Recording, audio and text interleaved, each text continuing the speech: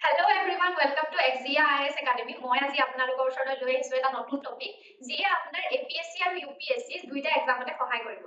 টপিকটো হৈছে Romeo Juliet clause debate. Romeo Juliet ক্লজৰ কথা জনাৰ আগতে আমি পক্সো এক্টৰ কথা জানিব লাগিব।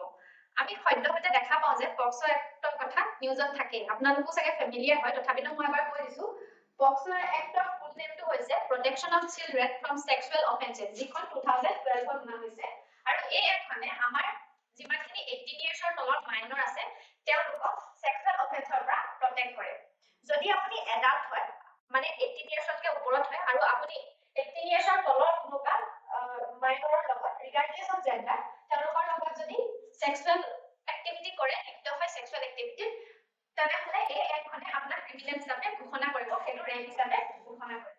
ঠিক আছে, এই এক্টখনত এটা প্যাৰাডক্স সোমাই আছে। কি প্যাৰাডক্স আছে চাওঁ হওক যে কি কৰিছে এই এক্টখনে কনসেপ্টুৱেল যিমানখিনি এডোলেসেন্ট ৰিলেশনশ্বিপ আছে তেওঁলোকক ক্ৰিমিনেলাইজ কৰিছে, লগতে আমাৰ যিমানখিনি ইয়াং কাপল আছে ইয়াং কাপল বিলাকক ট্ৰেপ কৰিছে। আৰু এতিয়া কি হৈছে ৰিয়েলিটিত কি হৈ আছে এই এক্টখনত ৰিয়েলিটিত এই এক্টখন মিসইউজ হৈ আছে। কেনেকৈ মিসইউজ হৈ আছে, কিছুমান ফেমিলিয়ে কি কৰিছে যিমানখিনি ইন্টাৰফেথ বা ইন্টাৰকাষ্ট ৰিলেশনশ্বিপ আছে সেই ৰিলেশনশ্বিপ বিলাকক পানিশ কৰিবলৈ এই এক্টখন ব্যৱহাৰ কৰি আছে। ডাটা অনুসৰি কি পাইছো আমি যে significant number of POCSO cases romantic হয় নহলে কনসেনচুৱেল হয়। ঠিক আছে, ফলস্বৰূপে কি হৈ আছে যিমানখিনি ইয়াং মেন আছে, বিশেষকৈ 18 ৰ পৰা 21 ইয়াৰ্ছৰ ভিতৰত যিমানখিনি ইয়াং মেন আছে তেওঁলোকৰ ওপৰত যদি কেনেবাকৈ পক্সো কেছখন লাগি যায় তেনেহলে তেওঁলোকৰ ক্ৰিমিনেলাইজ হৈ যাব ন, তেনেহলে তেওঁলোকৰ ফিউচাৰ ডেষ্ট্ৰয় হৈ যাব। ঠিক আছে, এই প্ৰবলেমটো হৈ আছে। সেইকাৰণে কি কৰিছে আমাৰ অনাৰেবল সুপ্ৰিম কোৰ্টে এটা ক্লজ আনিছে। ক্লজটো কি বুলি কোৱা হয়, ৰোমিও জুলিয়েট ক্লজ বুলি কোৱা হয়।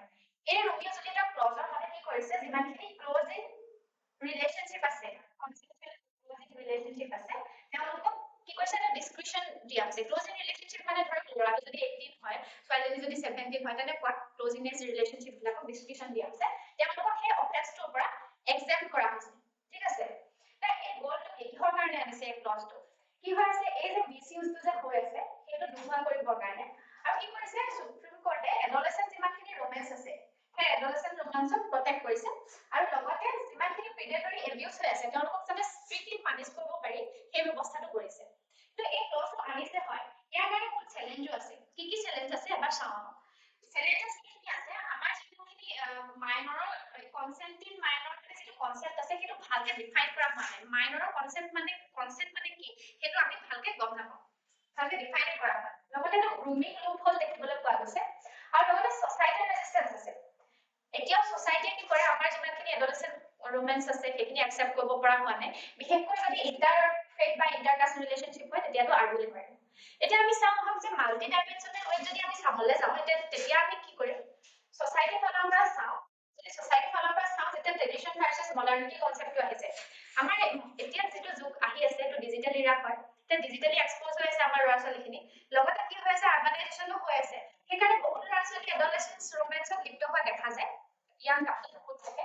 কিন্তু ট্ৰেডিশনেলি আমাৰ সোসাইটিয়ে এতিয়াও সেই কনসেপ্টটো মানি ল'ব পৰা হোৱা নাই, বিশেষকৈ যেতিয়া ইন্টাৰকাষ্ট বা ইন্টাৰফেথ হয় তেতিয়াতো আৰুৱে মানি ল'ব নোৱাৰে। লগতে আমি আৰু এটা কনসেপ্ট পাওঁ যে অনাৰ ভাৰ্চেছ অটনমি বুলি। অনাৰ ভাৰ্চেছ মানে কি, অটনমি মানে কি যদি যিটো ৰিলেশনশ্বিপ হয় তেতিয়া নিজে সিদ্ধান্ত মতে লোৱা হয়, কিন্তু কি হয় আমাৰ সোসাইটিয়ে কি হয় সেইটো অনাৰৰ ফালে লৈ যায়, নিজৰ সন্মানৰ ফালে লৈ যায়। ঠিক আছে, সেই কনসেপ্টটো আহি আছে। যদি আমি লিগেলি চাওঁ তেতিয়া ৰাইট টু প্ৰাইভেচি আমাৰ যিটো আছে, যিটো ফান্ডামেন্টাল ৰাইট আছে, যিটো পুট টু সাৰ্ভিস জাজমেন্টত আনিছে আমাৰ ফান্ডামেন্টাল ৰাইট হিচাপে, সেই ৰাইটটো আমাৰ ভায়োলেট হৈ আছে। ৰিলেশনশ্বিপ যেনেকুৱাই নহওক এডোলেসেন্সৰ সেইটো প্ৰাইভেট মেটাৰ হয়, সেইটো প্ৰাইভেচিটো আমাৰ ভংগ হৈ থকা দেখিবলৈ পোৱা গৈছে। লগতে জুডিচিয়েল বেকলগ হৈ আছে। জুডিচিয়েল বেকলগ কেনেকৈ হৈ আছে, বহুতো পক্সো কেছ আহে যিবোৰ মিছাও হয় আৰু সেইখিনিয়ে কি হয় জুডিচিয়েল বেকলগৰ সৃষ্টি কৰিছে। লগতে এথিকেলি চাবলৈ গ'লে অভাৰ ক্ৰিমিনেলাইজেশ্যন হৈছে। ক্ৰিমিনেলাইজ এইবিলাক বিশেষকৈ ইয়াং মেন বিলাকক ক্ৰিমিনেলাইজ হিচাপে সজোৱা হৈছে, যাক তাত দুখো নাথাকে, তেওঁলোকৰ ৰিলেশনশ্বিপো কনসেনচুৱেল হয়, সেই তেওঁলোকক কি কৰিছে হোম ক্ৰিমিনেলাইজ বেছিকৈ কৰা হৈছে, অভাৰ ক্ৰিমিনেলাইজেশ্যন হৈ আছে। এতিয়া যদি আমি ৱে ফৰৱাৰ্ড হিচাপে চাওঁ, এইখিনি সলিউশন হিচাপে বিচাৰিবলৈ চাওঁ, তেতিয়া কি কৰিম আমি, তেতিয়া কি হ'ব এই যিটো কনসেন্টিং মাইনৰ সেই কনসেপ্টটো ভালকে ডিফাইন কৰিব লাগিব।